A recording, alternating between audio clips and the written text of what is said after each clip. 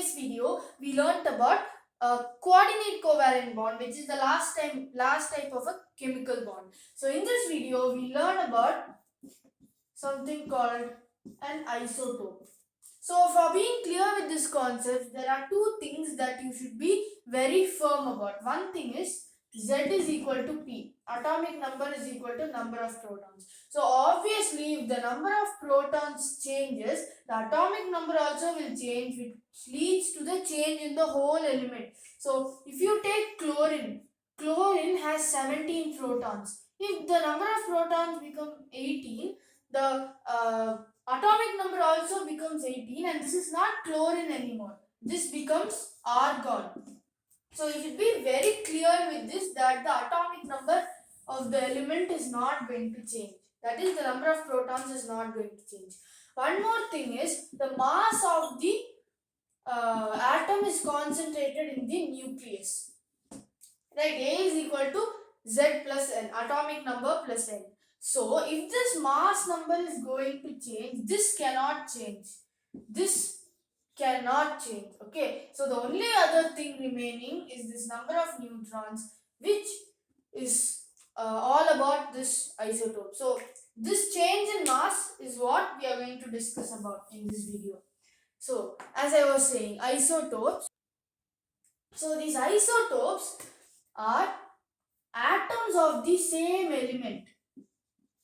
Atoms of the same element means the atomic number is same.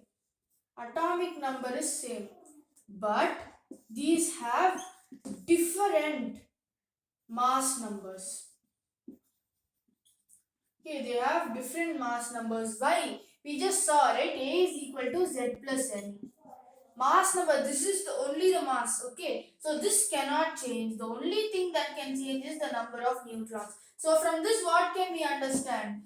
It means that it's the same element, but the number of neutrons is different. Okay, so this is what an isotope is. Atoms where they have the same atomic number but different mass numbers. Okay, so if you take for example hydrogen is for the time being the best example. So if you take the nucleus of hydrogen, this is the nucleus of hydrogen.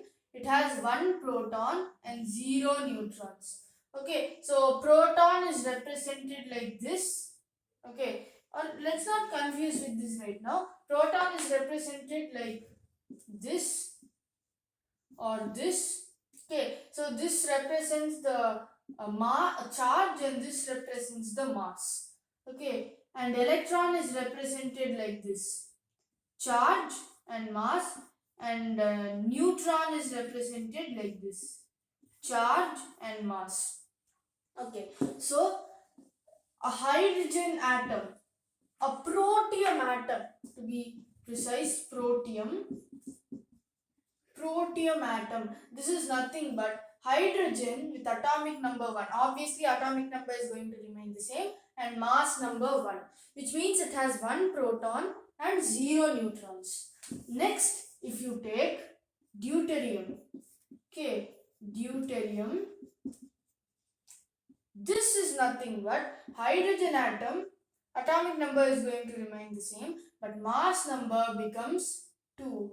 With this, what can we understand? In the nucleus of a deuterium atom, there is 1 proton and 1 neutron. Okay, so this, and the other one is tritium. Tritium is hydrogen, atomic number 1, but mass number is 3. So if you take the nucleus of a tritium atom, 1 proton and 2 neutrons. So these are the 3 types of hydrogen, and this is one of the best ways to understand this. Hydrogen is one of the best ways to understand an isotope. So next, if you take another example, let's say oxygen. Okay, oxygen has 2 types. One is oxygen 16 and oxygen 18. So oxygen 16 is represented like this, and oxygen 18 is represented like this. And obviously oxygen 16 protons, this will be constant, and 8 neutrons here. Oxygen 16, and for oxygen 18, 8 protons and 10 neutrons. So now there is something called fractional atomic mass. So as we just saw, the same element, it could have multiple masses, right? So what they have done is, they have done something called fractional atomic mass, which gives the average value of chlorine, the average mass of that chlorine based on its percentage abundance. So let's say chlorine 35, which means chlorine with mass 35 has 60% abundance, and chlorine with mass 37 has 40% abundance. Okay, so there is a formula, summation of AIXI divided by summation of XI. So this I is used to denote the number of the isotope. So this is the first isotope, this is the second isotope.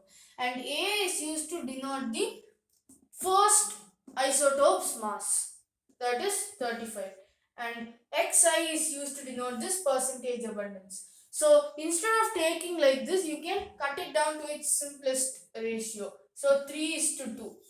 So you can take this as 3 and this as 2. Okay, so when we use this, and of course this X is the percentage abundance of this thing, as I just said. So using this formula, we'll get 35 into, this is 3, plus 37 into 2 by 3 plus 2, which is nothing but 5. So here we'll get 105 plus 74 divided by 5, which is 179 by 5, which is equal to 35.8.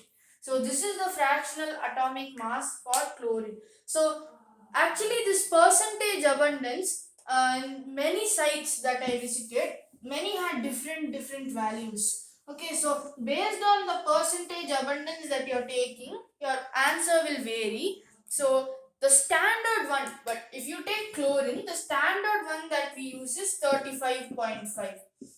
So the percentage abundance that I have taken from some site may not have been right. So this was just to show how the formula works, but you can know that the standard value is 35.5 AMU. Okay, so this is all about isotopes. It has a lot of uses. So uranium 235, it's used in nuclear power plants, and what else?